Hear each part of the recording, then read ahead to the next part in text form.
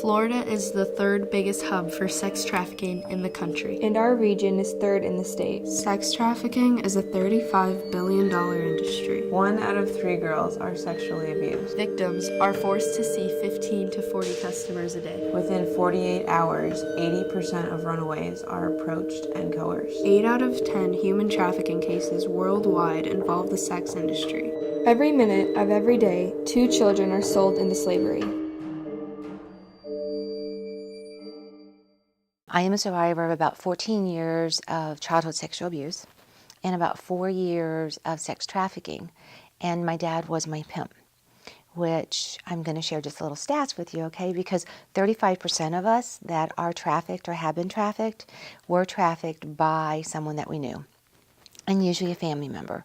And 92% of us were sexually abused as children.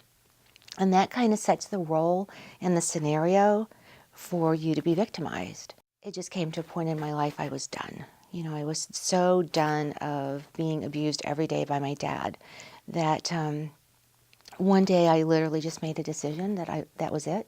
Didn't matter if I lived, died, he lived, died. And I took a knife to his back and just said, this is it, I'm done. And I don't care what happens. And he laughed in my face and said, I have been waiting for this day to happen, because you see, from this day forward, you're going to be a prostitute. Now, in a 16-year-old mind, 40 years ago, okay, a prostitute to me was either black women or white women, but they had big hair, false eyelashes, bright red lipstick. Definitely not a 16-year-old.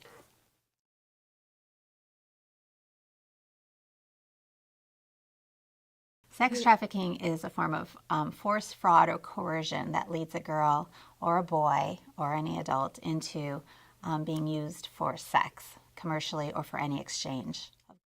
Most people typically assume it's an abduction or like the movie Taken, something more dramatic, but that's really about 10 to 20% of the cases only. It's really much more simple and everyday sad. It's a little girl or a little boy that's typically sexually abused at home. Close to 92% of all sex trafficking survivors were sexually abused as children. So typically they keep the secret for years and years, and then 12 to 14 or so, many of them run away. And what we find in our area, what it looks like is it's one of those children that runs away, and within 48 hours, 80% of them will be coerced and approached into some form of the sex trade. And then they could be sold for up to 7 years.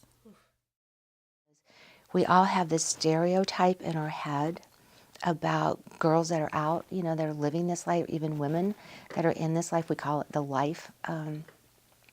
And then who the pimps are, and it's not that stereotype. It can be anybody, you know.